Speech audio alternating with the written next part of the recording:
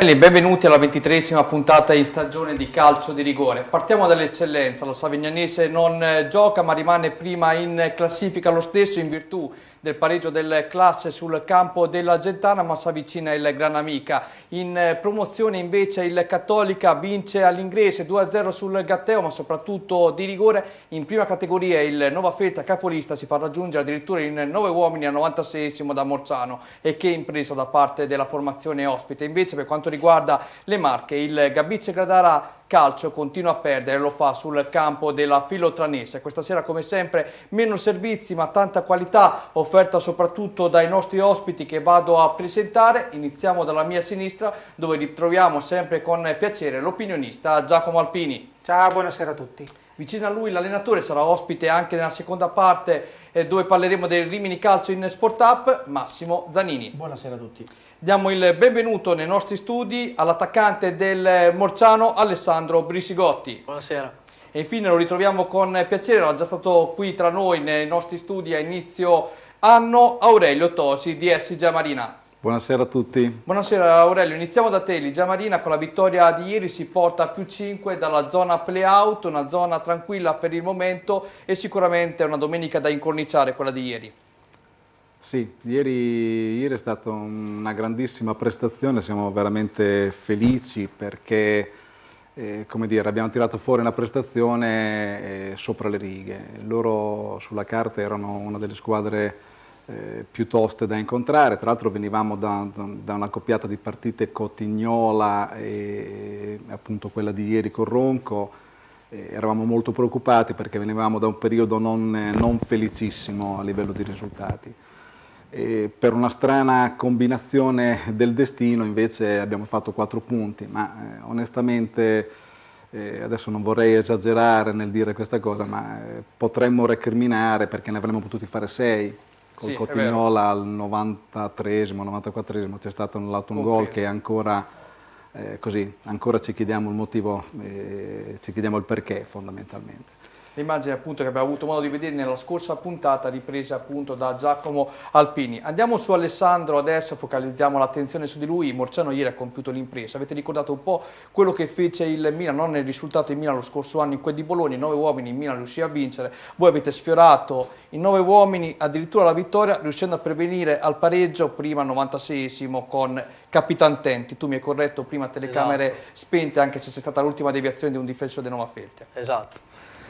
No, diciamo che per quanto mi riguarda c'è addirittura del rammarico, sembra eccessivo ma potevamo vincere, hai detto bene, le occasioni le abbiamo avute sullo 0-0 e niente, il risultato ci ha premiato alla fine, solo un grande gruppo quale noi siamo potevano fare questa piccola impresa su un campo ai limiti dell'impraticabilità. Infatti tu ieri, lo ricordiamo ai nostri spettatori, poi nella seconda parte vedremo anche il servizio, sei partito dalla panchina.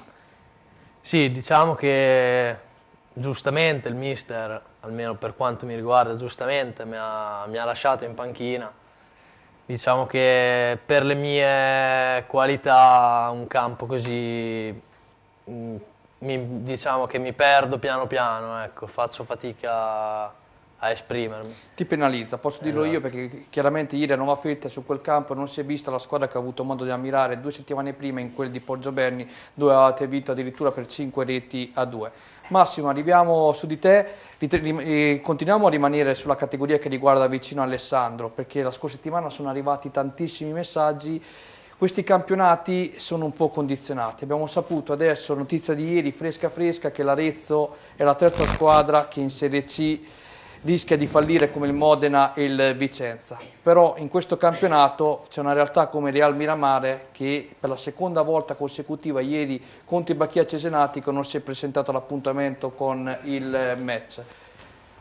Una battuta da bar, sono campionati falsati? Sono campionati falsati, ma dall'alto al basso, come vediamo, c'è un'implosione del calcio in questo momento che attraverso un po' di regole, un po' di situazioni comunque sia non riesce ad andare avanti. È chiaro che scendendo è chiaro che sono difficili anche le situazioni che poi, campionati che insomma, che lettura diamo a questi campionati? Non ci sono più equilibri, non sappiamo a chi assegnare le vittorie, è difficile, è un momento difficile, bisognerebbe che qualcuno ragionasse dall'alto in basso, sperando che magari qualcuno in questi mesi possa lavorare tranquillamente e dare una riforma. E speriamo, speriamo. Adesso con il nostro Giacomo andiamo a vedere quello che è successo nel torneo d'eccellenza, ma prima ricordiamo il numero per interagire con noi, quello che vedete adesso in sovraimpressioni, 333 60 94 299, numero valido sia per la messaggistica tradizionale che per WhatsApp. Ricordiamo che potete scrivere anche in diretta attraverso la pagina Facebook, c'è il nostro Matteo Zampini che cura la pagina, nella pagina appunto dedicata al programma sportivo Calcio di Rigore Rimini. Mi raccomando, quindi c'è Matteo che segue e ci posterà poi le domande in diretta. Andiamo a vedere risultati e classifiche del campionato di eccellenza con l'ausilio del nostro Stefano Papini. Eccoli qui, Progresso Alfonsine 2-1, tra poco vedremo anche l'immagine di questa partita, Gran Amica Cervia 3-0, Argentana Classe 1-1, San Pimola Corticella 1-0, Faenza Diegaro 1-1, San Pietro in Vincoli Fiariccione 2-0, altro risultato sorprendente di giornata, Russi Marignanese 0-1, anche qui vedremo il contributo video, Savignanese Massa Lombarda, come detto in precedenza, rinviata, Real San Lazzaro Castrocaro 0-7. Andiamo a vedere la classifica sempre con l'ausilio del nostro Stefano Papini alias Papen. Al primo posto troviamo, senza aver giocato, la Savignanese a quota 46 punti, segue il Classe a 45, Gran Amica 43, Castrocaro 42, 41 punti per l'Alfonsine, Fioriccione 37, Corticella e Diegaro 36 punti, Argentana 35, Marignanese 33, Massa Lombarda 32, Faenza 28, Progresso che si porta fuori dalla zona playout 27 punti. Iniziamo a vedere le squadre coinvolte nella zona rossa. Russia 26 insieme al Cervia, San Pimola 25, San Pietro in Vincoli 20, Real San Lazzaro 1 punto. Ebbene Giacomo, allora arriviamo su di te, sicuramente la Marignanese continua a far bene, complimenti davvero a Simone Lilli perché dopo qualche difficoltà iniziale sta trascinando alla grande la squadra fuori dalla zona rossa. Hai perfettamente ragione, 12 risultati utili consecutivi, ennesima vittoria, si è portato fuori da questa zona rossa e ormai a mio avviso non sorprende più, anzi devono stare attenti anche quelle sopra perché comincia veramente una rincorsa verso le zone alte della classifica. Invece per quanto riguarda la Fiariccione è una squadra che non riesce a dare continuità ai propri risultati, anche ieri una mazzata incredibile, risultato sorprendente contro i San Pietro i Vincoli per 2-0 è arrivata la sconfitta. Risultato sorprendente ma non così tanto sorprendente. Io nelle ultime puntate ho sempre sottolineato le grandi prove che stava facendo il San Pietro in Vincoli che purtroppo non riusciva a concretizzare e a portare a casa il risultato. Io ho visto un San Pietro in Vincoli nelle ultime settimane che come tipologia di gioco e come intensità c'era, però gli mancava la realizzazione, quindi la finalizzazione di questo gioco e soprattutto gli mancava una difesa. Ogni azione che prendeva era un gol. Quindi quella di ieri è stata una sorpresa per la classifica, visto la classifica delle due squadre, ma non più di tanto. Zona alta di classifica, ti ha sorpreso il pareggio del Classe sul campo dell'Argentana? Sì, mi aspettavo qualcosa in più, però è riuscita a portare via un punto proprio allo scadere della partita e così rosicchiando un punto alla Savignanese, anche se la Savignanese dovrà recuperare la partita, ma la zona alta le uniche che hanno veramente fatto bene sono il Castrocaro contro il povero Real San Lazzaro e il Gran Amica. Il Gran Amica continua ad essere la sorpresa di questo campionato, ha travolto per 3-0 il Cervia. Sì, e il Cervia ha inguaiato il Cervia, quindi è riuscita a risalire per la classifica guaiando il Cervia, però attenzione che l'Alfonsine qualcosa comincia a zoppicare un po' troppo. Dopo una serie di positiva che l'aveva portata nelle zone altissime della classifica, è già 2 turni che comincia a zoppicare. Invece rimaniamo sempre qui in zona, anche il Diegaro non va decisamente meglio, non riesce proprio a spiccare il volo, anche ieri bloccato sul pari sul campo del Faenza. Ha recuperato il pari, ha recuperato in extremis con Nicolini, una partita che poteva anche perdere, quindi anche il Diegaro non riesce a dare continuità, hai detto perfettamente te. Ebbene, adesso ti faccio rifiatare un attimo perché andiamo a vedere il primo contributo video della serata, Russi Marignanese. Ogni giorno 30.000 persone leggono altarimini.it. L'informazione in tempo reale su Rimini e provincia. Scarica l'app gratuita. romagnasport.com. Il calcio dilettantistico come non l'hai mai visto. Continua a navigare in zona rossa i russi, forti di un primo tempo convincente e di una ripresa sottotono. I falchetti recriminano per i gol irregolari della Marignanese, ma c'è da dire che gli ospiti premiano i propri sforzi in virtù di una ripresa decisamente migliore, legittimando alla fine il successo. Inizio di marca locale, punizione di Gualandi, l'ex Rimini Azzolini tocca con la punta delle dita la conclusione.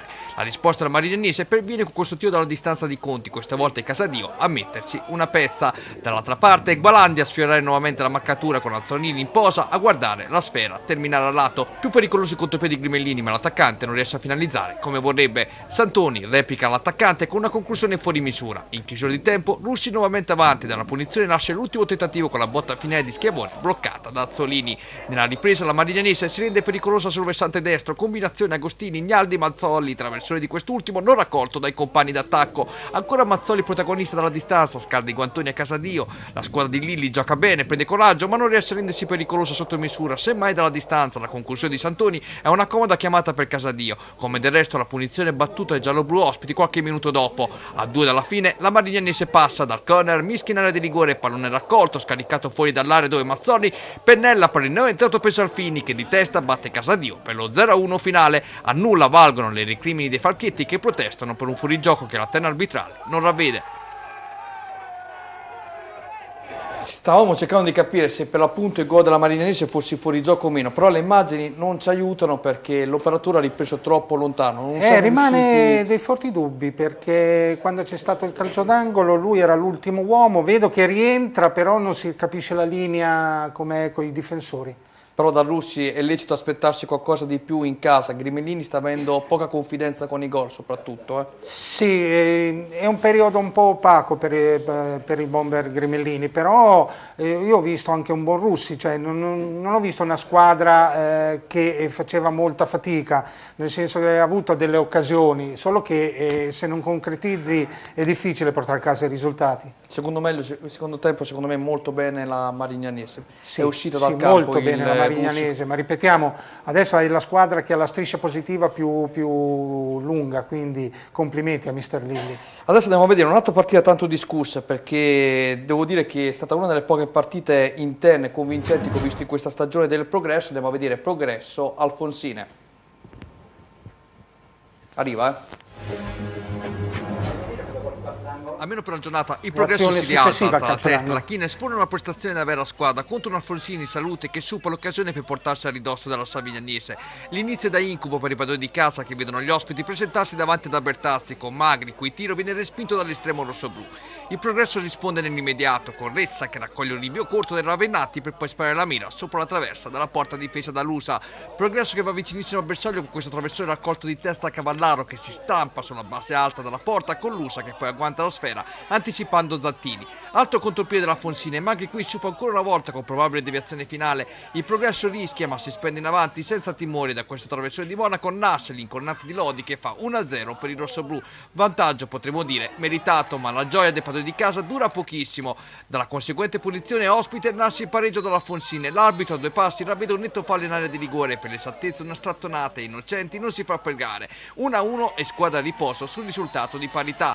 Nella ripresa traversone di Lodi, colpo di testa di Bonisini a pallone alto da posizione favorevole. Progresso che rimane in 10 uomini poco dopo, espulso per una brutta entrata a Bonfieni. Ma la squadra di Marchini oltre l'ostacolo ci mette il cuore. Grazioso centro alla traversa, mentre all'ultimo la discesa di Lodi viene premiata da Gramigni. Strattonati in area di rigore, penalty a favore del rossoblu di casa dagli 11 metri. Lodi sigla la personale doppietta facendo esplodere la panchina rossoblu. La Fonsine non demorde e all'ultimo secondo sfiora la marcatura con Magri, cui traversone subisce una deviazione stampandosi sulla traversa. Sulla ribattuta Varrella a colpo sicuro trova Bassoli a salvare sulla linea consegnando il pallone tra i guantoni di Albertazzi. 2-1 e fine dei giochi. Ebbene, questo era il 2-1 finale da parte del Progresso. L'Alfonsine non è stata la solita Alfonsine. È un po' opaca ultimamente, aveva fatto questa striscia positiva soprattutto con grandi vittorie, era riuscito a risalire la china, adesso è un paio di settimane che sta zoppicando, quindi ha perso un po' contatto con le parti alte. Massimo, è un campionato, come possiamo decifrarlo per quanto riguarda le formazioni riminesi? Molto indietro in classifica, eh? Ma sì, sai, sono campionati questi che insomma sono abbastanza tirati, poi mi viene da dire che i campi pesanti che in questo momento stanno affrontando un po' tutte quante forse non hanno la miglior visibilità, anche perché i carichi di lavoro sono molto differenti, ci sono campi in sintetico, campi in erba normale, quindi è sempre molto difficile ormai programmare qualsiasi tipo di preparazione. Con il nostro Renzo Sartini e Stefano Papini andiamo a vedere adesso il prossimo turno, dove ci sono delle sfide davvero interessanti che riguardano da vicino soprattutto le squadre in testa alla classifica. Allora, qui troviamo Corticella Argentana, classe Castrocaro, Fiariccione Faenza, Real San Lazzaro, Granamica, Cervia, Progresso, Massa Lombarda Russi, Marignanese, San Pietro in Vincoli, Diegolo, San Pimola, Alfonsine, Savignanese. Allora io direi big match sicuramente Alfonsine e Savignanese, leggermente dietro classe Castrocaro. E direi anche Cervia Progresso Per scontro la salvezza. Però e Marignanese San Pietro Vincoli. È quello che ho sottolineato io, però aspetta, seguimi. Parliamo di alta classifica prima. Confermo quello che hai detto. Guarda che non va, guarda che sei tremendo, sei tremendo. Come faccio io a sopportarlo uno così? Guarda, cosa ha fatto ieri sera il Milan? Ha vinto. Sei contento per quello? Sì, dai, non male, non male. Sono 2 domeniche che il tuo Bellaria non perde. Perché? Perché non giocato. Perché non gioca. Ecco, questo è importante. Va bene, adesso dall'eccellenza, dopo che tu mi hai anticipato, quindi ripetiamo, classe Castrocaro, Cervia Progresso, Marignanese San Pietro di Vincoli, Alfonsine e Savignanese sono le squadre che avranno gli impegni più delicati. Adesso ci spostiamo a seguire con il nostro regista la classifica e i risultati per quanto riguarda la promozione Romagna Girone D. Questi risultati di ieri: Torconca Football Cava 2-2, Bellaria Giamarina Gambettola rinviata, come ci diceva poc'anzi il nostro Giacomo Alpini, Giovane Cattolica Gatteo 2-0, qui vedremo il contributo video, Ronco Edelweiss Forlì Giamarina 0-2, Calcio Cotignola Petracuta rinviata, Tropical Coreano Reda 0-0, Del Duca Ribelle Reno 2-1, Savio Calcio San Pierana rinviata, Savarna Stella 1-3. Classifica dopo l'ultimo turno, interessantissima per i colori giallorossi del Cattolica, che troviamo al primo posto a quota 52, segue il Calcio Cotignola a 44 insieme al Torconca, ma il Calcio Cotignola ha una partita in meno, Del Duca Ribelle 43, Pietracuta 42 con una partita in meno, Ronco Edelweiss Forlì 41, Tropical Coreano 40, Reda 39, Gambettola Reno 32, Football Cava 31, Stella e Giamarina quota 30 punti, Savarna 25, San Pierana 24, Savio Calcio 16, Gatteo 15, Bellaria Giamarina 3 punti.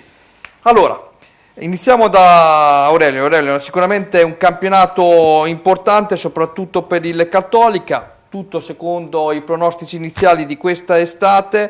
Voi rimanete sicuramente tra le sorprese di questo girone perché siete una neopromossa, insieme a voi sicuramente anche il Pietracuta. Il Pietracuta secondo me ha un'ottima intelaiatura, io credo che possa lottare fino in fondo per arrivare ai playoff. Per quanto riguarda il Cattolica credo che stia facendo un altro campionato, secondo me l'avevamo pronosticato un po' tutti tra le favorite, io credo che, come dire, adesso non vorrei gufarli, però credo che possa vincere con tranquillità. La lotta per i playoff è molto molto serrata, ci sono un lotto di concorrenti agguerrite, sono tutte lì. Noi abbiamo fatto un po' di sgambetti recentemente al Cotignola, come dicevo prima, al Cotignola e al Ronco. Per quanto riguarda noi, stiamo facendo un campionato dignitoso, la nostra ambizione era quella di salvarci e cerchiamo di lottare. Anche se dobbiamo comunque stare molto attenti perché come dicevo, il lotto delle compagini che vogliono salvarsi è agguerrito. Già da domenica col Savio, adesso domenica abbiamo il Savio, ma immediatamente dopo abbiamo Cattolica e Torconca, quindi come dire... sfide di alta classifica. Sfide di alta classifica, insomma, quindi dobbiamo darci dentro. Tra l'altro purtroppo abbiamo avuto una serie di infortuni che non finiscono più, parlavamo prima fuori onda, Bellavista è ormai un mesetto abbondante che è fuori per un infortunio, si è fatto male col Pietracuta e dovrebbe rientrare in gruppo domani tra l'altro. però ovviamente ci metterà un po' a riprendere. Ieri abbiamo avuto 2 infortuni, Righini è uscito, gli ha tirato un adduttore, quindi probabilmente o una forte contrattura o uno stiramento. Casadei 4 punti di sutura, quindi ieri in realtà abbiamo fatto 7 punti, 3 sul campo e 4 a un'arcata sopraccigliare, e soprattutto Paolo Morri che rientrava, così si era fatto il crociato a maggio scorso dopo, come dire, tutta la riabilitazione, tanti sacrifici. Ieri si è sentito girare il ginocchio, l'altro, adesso come dire, andiamo cauti, vediamo Farete le valutazioni mediche, esatto. Però insomma non ci voleva, anche perché Paolo, al di là che è un ragazzo che si fa voler bene, un bravo ragazzo, ci ha messo tutto per rientrare il più presto possibile, era 4 partite che giocava, e ieri ennesimo infortunio, ma che si va a sommare tutta una serie di infortuni che abbiamo una sequela, certo. Tutti infortuni peraltro, come dire, a parte Righini che ha avuto un infortunio muscolare, tutti infortuni, come dire, traumi fondamentalmente. E quindi vabbè, dai, però siamo fiduciosi, le cose stanno andando per come speravamo potessero andare, insomma. No, molto bene, sto vedendo la classifica, siete a +5 sul Savannah, però l'importante, come dicevi tu, è che tutti i tasselli si mettono al posto giusto per poter continuare a stare tranquilli. Domenica sarebbe importante, sarebbe veramente importante, perché se facessimo così, se ottenessimo il punteggio pieno, come dire, li allontaneremmo ulteriormente, insomma. È vero, ricordiamo che domenica ci sarà appunto Igea Marina Savio Calcio. Proprio attraverso le tue parole andiamo a vedere anche la vittoria di ieri del Cattolica contro il Gatteo, una vittoria anche sofferta per certi versi da parte dei giallorossi. Servizio. Cazzalore rigore.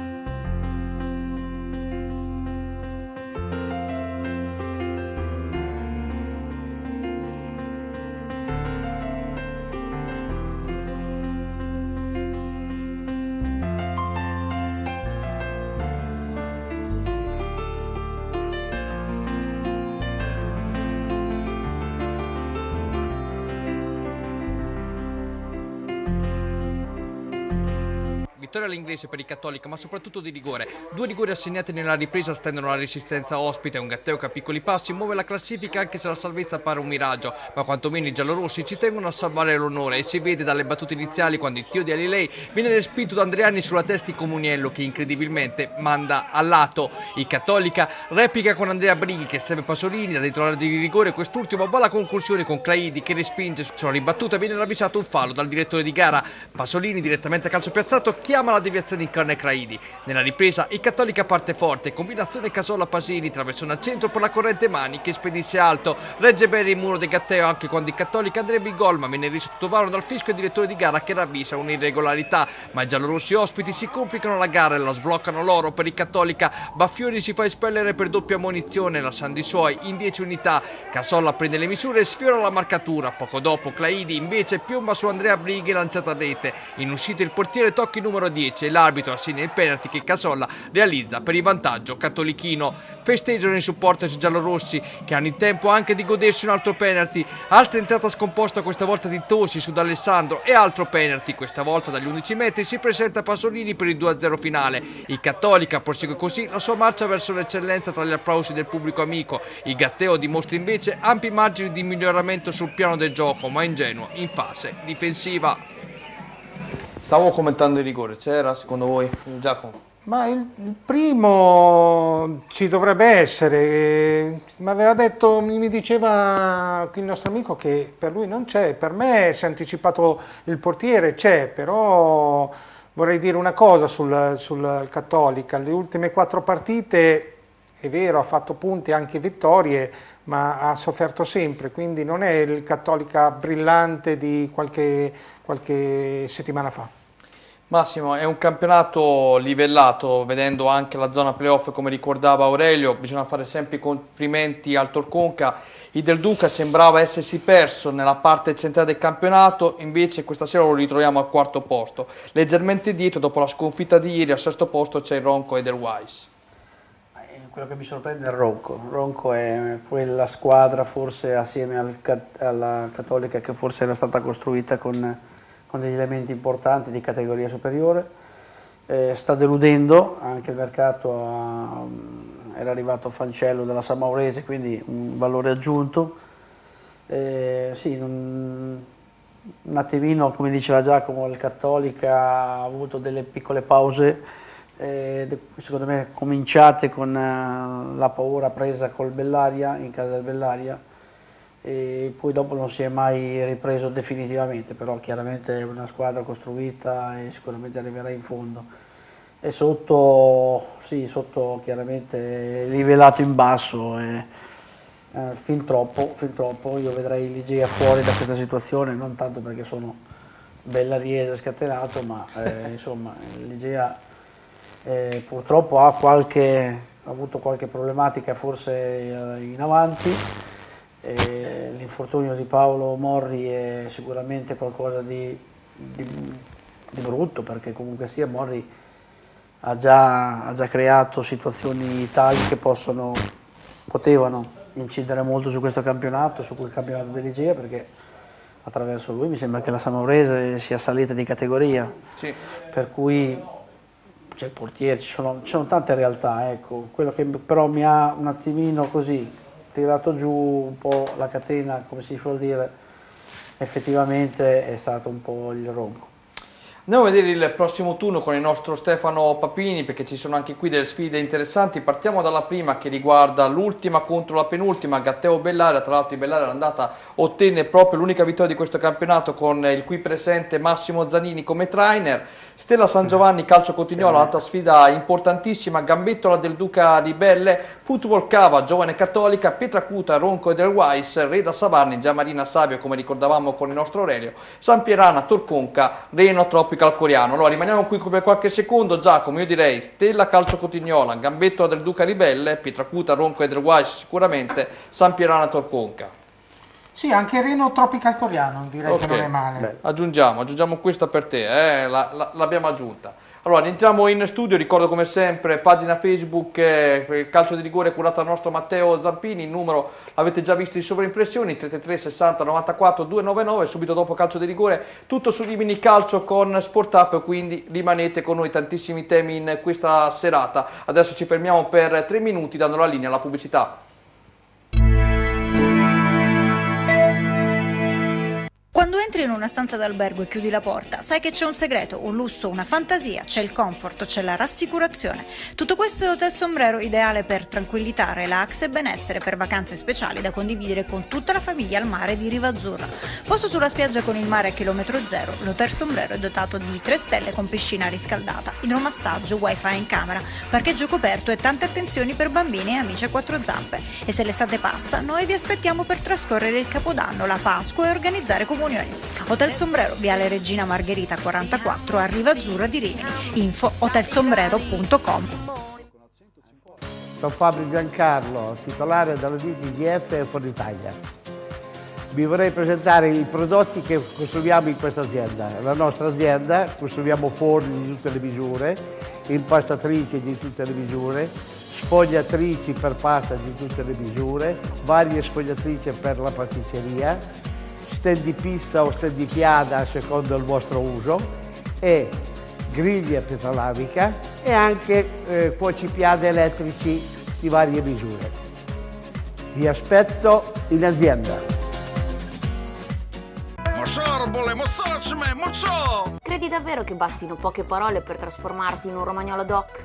Al ristorante Brusaroul da sempre esaltiamo la nostra bella Romagna nel modo più genuino. Prova i nostri piatti a base di pasta fatta in casa e le nostre pizze cotte nel forno a legna. Team Botta è il nostro motto, da sempre offriamo qualità. Ristorante Brusaroul, via Sant'Arcangiolese a Poggio Berni, con ampio parcheggio esterno e isola per bambini. Info 0541 68 81 80 o brusaroul.com.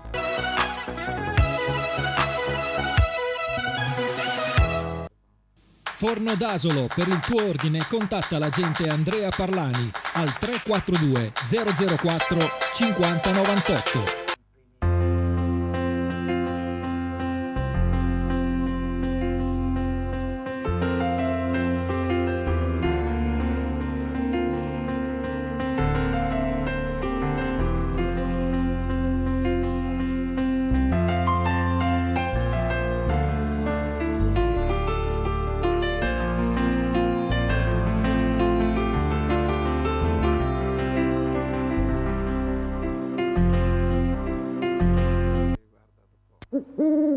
Al ristorante Pizzeria Al Gufo ti aspettano a pranzo e a cena i sapori della tradizione italiana. Al Gufo si possono assaporare menù di carne e pesce, ottimi vini e una pizza altamente digeribile grazie alla lunga lievitazione naturale con impasto anche al camut e 7 cereali. Poi la tipica cucina romagnola con la pasta fatta in casa. Che bontà! L'accoglienza e l'eleganza del locale mostra riguardo per tutti i tipi di clientela, ideale per organizzare cene aziendali. La cucina e la pizzeria lavorano anche da asporto, mentre su prenotazione menù di crudità e per celiaci. Ristorante Al Gufo, via Losanna 44, Miramare di Rimini, di fronte a Aeroporto Fellini.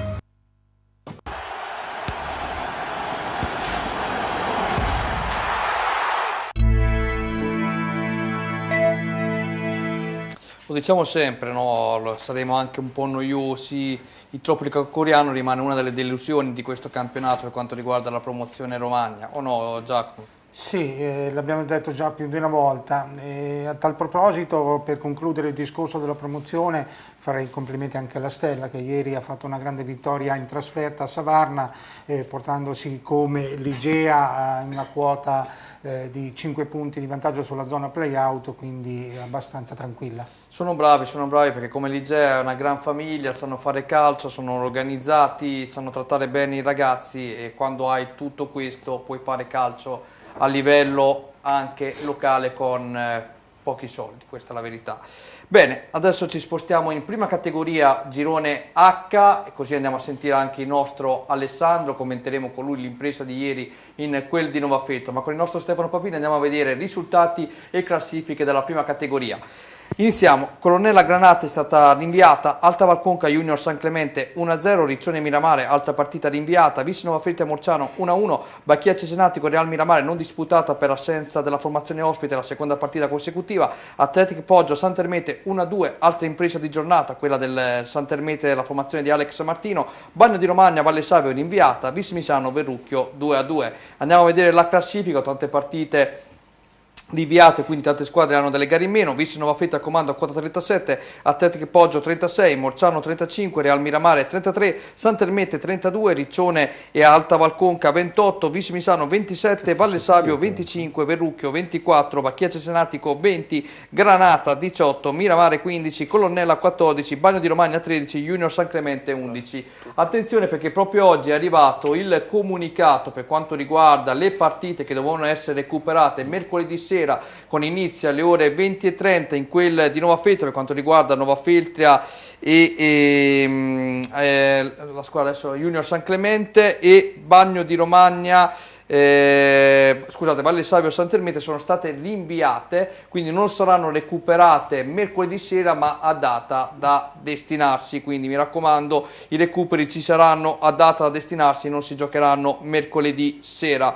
Bene Alessandro, allora ieri i 9 uomini, l'abbiamo già commentato, è una grande impresa la vostra, ma il Morciano adesso stasera classifica la mano, 2 punti dalla capolista, aspettando che Novafeltro possa recuperare la sua partita contro Junior San Clemente. Ma che tipo di campionato volete fare quest'anno? Volete vincere o non volete vincere? Perché parlo col presidente, mi dice siamo tutti ragazzi del posto, bisogna vedere, sai che costano i campionati, promozioni in eccellenza, però insomma avete anche una tradizione, una storia da difendere. Il Morciano sicuramente non la devo raccontare io la storia del Morciano. Non ce la fa raccontare da Giacomo però, perché sennò lo cogli impreparato. No, la storia, se vuoi ti racconto quella del storia del passato del Morciano. Se vuoi te la racconto. Vai. Niente, ormai non possiamo più nasconderci, siamo a febbraio, quasi a marzo e siamo lì davanti, lo siamo sempre stati e dobbiamo rimanerci. Dobbiamo stare nelle prime 3 ed è un campionato purtroppo molto stretto. Sei d'accordo che è cresciuto il tasso tecnico in questo campionato? Sì, il problema, la bellezza di questo campionato è proprio questo, che il livello è livellato, il campionato, non c'è la squadra Materasso. È un peccato questa storia del Real Miramare che l'ha un po' rovinato secondo me. Un po' di paura ti fa la classifica vedendo che sta salendo anche il Santermete? Sì, Ci sono troppi asterischi in questo campionato e se vai a vedere con un paio di risultati ti ritrovi 7-8 squadre nel giro di 4-5 punti ed è un problema, non sarà facile stare appunto nelle prime 3 o 4 squadre. Ma tu che hai la faccia tosta, chi lo vince questo campionato? Ma io ieri ho visto il Nova Feltria e secondo me è una squadra costruita per vincere questi campionati qui. Prende pochi gol, gioca un calcio scomodo per tutti, forte fisicamente, forte sulle palle inattive. Quindi stai dicendo Nova Feltria per non dire Morciano?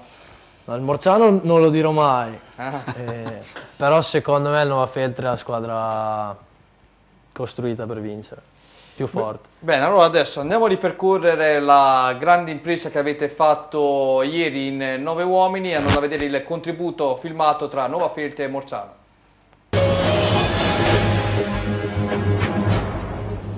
Un eroico Morciano strappa in 9 in pareggio alla capolista Nova Feltria. Una gara di alti tempi giocata su un campo quasi impraticabile con un primo tempo da buoni contenuti in una ripresa che non si è comunque giocata una porta sola. Il Nova Feltria è squadra che palesa deficit di qualità, ma in genere quando c'è da buttare il cuore oltre l'ostacolo i ragazzi di Fabri hanno una marcia in più rispetto agli avversari. Mischie, calci piazzati, il gol arriva sempre. La zampata di Cupi al 90° sembrava aver scritto un'altra pagina entusiasmante del campionato dei gialloblu, che però ancora una volta, come con i Miramare e Granata, sono stati beffati nel recupero. Riavvolgiamo il nastro a comunale big match, vede i locali privi di Frabuoni e Gori, spazio Mammutai e Arapi, mentre il Morciano sceglie il 4-2-3-1 con Rotondi terminale offensivo. Brisigotti si accomoda invece in panchina. Il più tiro della partita arriva dopo 59 secondi. Stefanelli dalla distanza siderale scalda i riflessi di Gabellini che blocca il petto senza problemi. Più incisiva la risposta degli ospiti. A quarto minuto Ottaviani Saccente spara col mancino dal limite. Semprini respinge male sui piedi dicevoli che spara alle stelle da posizione più che favorevole. Risponde in Nova Feltria 17°. Baldinini verticalizza di prima in profondità. Un difensore del Morciano non trova la palla scivolata e Stefanelli di destra trova l'opposizione di Gabellini in uscita. Il portiere biancorosso devia in corner evitando un gol fatto. Sul cross successivo dalla bandierina Stefanelli mette fuori di testa.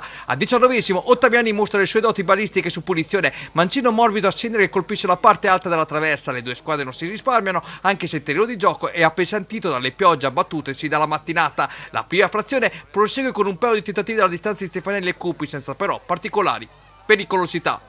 A inizio ripresa invece si verifica un episodio chiave al 53°. Bencivenga viene espulso per doppia ammonizione. Amadori toglie un attaccante, Rotondi inserendo il terzino sinistro Calesini e spostando Ubaldi al centro della difesa. La punizione di Rinaldi invece termina alta. Il Morciano si complica la vita al 59°, rimane addirittura in 9 uomini. Matteo Ceccaroni rimette 2 gialli in un minuto, il secondo per proteste. I locali possono iniziare a spingere sull'acceleratore, non si gioca comunque a una porta sola. Il Morciano sfiora la clamorosa beffa al 65° quando Stefanelli perde palla nella tre quarti avversaria. Pagnini parte in un incredibile cost to cost saltando 3 avversari e superando sempre in uscita con un tocco di destro. Ceccaroni respinge nei pressi della linea e nel proseguo dell'azione Ottaviani dal limite calcia con il mancino trovando la deviazione dell'estremo difensore avversario. I gialloblu di casa, passato in pericolo, aumentano la pressione e mancano di pochi gol al 78° con un colpo di testa di Fattori che termina di poco al lato. Pregevole il cross di Cupi dalla destra, il duetto tra i due prosegue, cross alla sotterra, botta di prima intenzione di Fattori, Gabellini blocca. Lo stesso esterno destro, 81° corregge in rete un cross di Fattori, l'arbitro annulla per fuori gioco e al minuto 42, guardate bene questa azione perché il Morciano farà poco dopo coppia e incolla. Brisigotti va via sulla destra, attraversando al centro e tutto solo Volponi, ma Ceccaroni ci mette una pezza. Finale dalle 1000 emozioni. Al 90° un lancio lungo trova la sponda di Stefanelli in aria, Cupi sotto porta, non perdona. I 3 punti sembrano in cassaforte, ma al 95° Longoni affonda sulla sinistra e mette al centro. Capitan Tenti tutto solo calcia in porta. La palla si spegnerebbe tra i guanti di Semprini, ma Fattori, distinto, si allunga e scivolata e infila la propria porta. 2018, 4 partite per il Nova Feltria e la difesa meno battuta del torneo subisce quanto tutti i gironi d'andata e soffre la sindrome della zona cesarini e della superiorità numerica. Tra Miramare e Morciano l'uomo, anzi doppio uomo in più, fa male a Nova Feltria. Allora qui entra in vigore la legge Boscov e Lidom quando osavano dire in certe giornate storte squadra gioca bene quando gioca in 10, ma in 9 risposta rimandata in notturna mercoledì 21 febbraio nel recupero con il San Clemente. Ovviamente il servizio l'avevamo registrato ieri, lo ripeto ancora una volta, sarà noioso, non verranno recuperate le partite di prima categoria questo mercoledì causa maltempo, anche ieri mattina a Nova Feltria per dire nevicava, avete visto anche poi il terreno di gioco, stessa cosa per quanto riguarda il Sant'Ermete, saranno recuperate a data da destinarsi. Leggiamo un po' di messaggi. Questo secondo me Giacomo l'hai pagato, questo signore scrive Alpini sei forte. No, secondo me è sbagliato persona. No, questo è un grande allenatore. È arrivata una domanda per te per i Gabicce, ma tra poco arriviamo anche alla promozione marchigiana. Stasera, cavolo, che abbiamo spostato la scaletta, ci scrivete per i Gabicce, incredibile. Brisigotti, bello e bravo. Qui è una tua fans, Alessandro. No, confermo che è una donna, anche bella dalla foto, quindi complimenti. Grazie. Andiamo a vedere, ciao a tutti, domanda per l'amico Giacomo. Per i Gabicci ormai i numeri parlano chiaro, credi che mister Barattini sia al capolinea? L'anno scorso al cambio hanno fatto bene in chiave salvezza perché ormai l'obiettivo sembra quello. Saluto Luca, rispondi dopo. Ok. Lasciamo stare. Tanto dopo. saluto Luca. Sì, dopo arrivano i messaggi, bravo Massimo, bravo Giacomo, ma dopo ve li leggo, vi gasate, quindi non mi piacete. No, leggi quelli che parlano solo di bravo Giacomo. Giacomo, fai delle riprese stupende, peccato che non riprendi mai, ecco, bravo. Allora, andiamo a sentire Alessandro. Alessandro, dicevamo prima, ieri la tua sensazione in campo, affrontando la capolista per il quale tu hai espresso qualche attimo fa i complimenti, ti è parsa una squadra che ha paura di vincerlo questo campionato? Ma secondo me il Nova Feltria è una squadra costruita per giocare solo in una maniera, nel senso sia in 11 sia in 9 loro cercavano le loro due punte strutturate, alte. Non è una squadra che fa girare palla e quando sei hai due uomini in più, se fai girare la palla prima o poi il buco lo trovi. È una squadra, come dicono i risultati, che soffre gli ultimi minuti. Sì, non so se ha paura, ma negli ultimi minuti forse cala psicologicamente e fisicamente. Questo lo dicono i risultati. Poggioberni ti ha sorpreso questo campionato? Il Poggioberni secondo me è un'altra squadra strutturata come Nova Feltria, fisicamente forte sulle palle inattive. Il 5-2 che gli abbiamo inflitto dimostra che comunque noi siamo a quei livelli lì, però anche loro sono una bella squadra sicuramente. Massimo, non ti faccio rispondere alla domanda perché voglio essere più cattivo questa sera. Tu da allenatore non mi puoi dire che non sei incazzato, passami l'espressione in diretta televisiva, se i tuoi ragazzi non riescono a battere una squadra da 11 che sono in 9. Allora, prima di tutto partirei dal campo. Vai. Il campo così non si deve giocare. Prima di tutto Quindi la colpa anche al loro capitano, perché lui mi ha ammonito dicendo che dovevo mettere Tenti nel servizio. Qua stiamo parlando di ragazzi dilettanti che il lunedì mattina si devono presentare al lavoro, quindi degli infortuni in questo campo qua è facilissimo che avvengano. Le entrate, la categoria molto spesso può anche indurre, e anche la classifica può indurre a dei contrasti abbastanza importanti. Per quanto riguarda ciò che diceva lui, non credo che il Nova Feltria sappia giocare solamente in quella maniera lì, ma il campo l'ha penalizzata sia loro come qualità sia Nova Feltria. Era Feltria. l'unico gioco perché la palla cioè l'instabilità dei giocatori e la palla che non va avanti, probabilmente hai un autore là davanti, è chiaro che cerchi di sfruttare questa situazione. Chiaramente loro però sono un'altra bella squadra e di conseguenza... Ti assicuro che il Morciano visto a Poggioberni e messo a confronto con quello che ho visto ieri a Nova Feltria, certo, c'è una differenza stiamo parlando abissale. di un Poggioberni che secondo me è stata veramente costruita per vincere un campionato. Una bellissima squadra. Nova Feltria può in questo momento soffrire un attimino quello che si chiama l'altura, no? L'altura che viene fatta un pochino...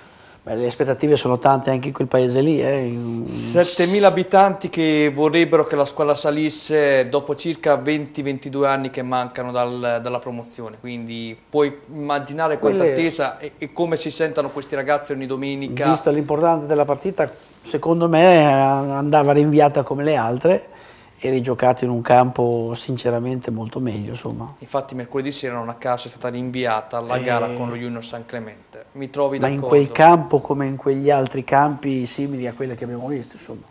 Ragazzi, non me la prendete da casa, però bisogna dire le cose come stanno anche qui in televisione, non a caso lunedì sera facciamo questo approfondimento. Lì è anche una scelta dei due capitani che hanno voluto giocare la partita insieme al direttore di gara. Ieri il campo, l'avete sentito anche con i diretti interessati, con i protagonisti, era veramente impraticabile.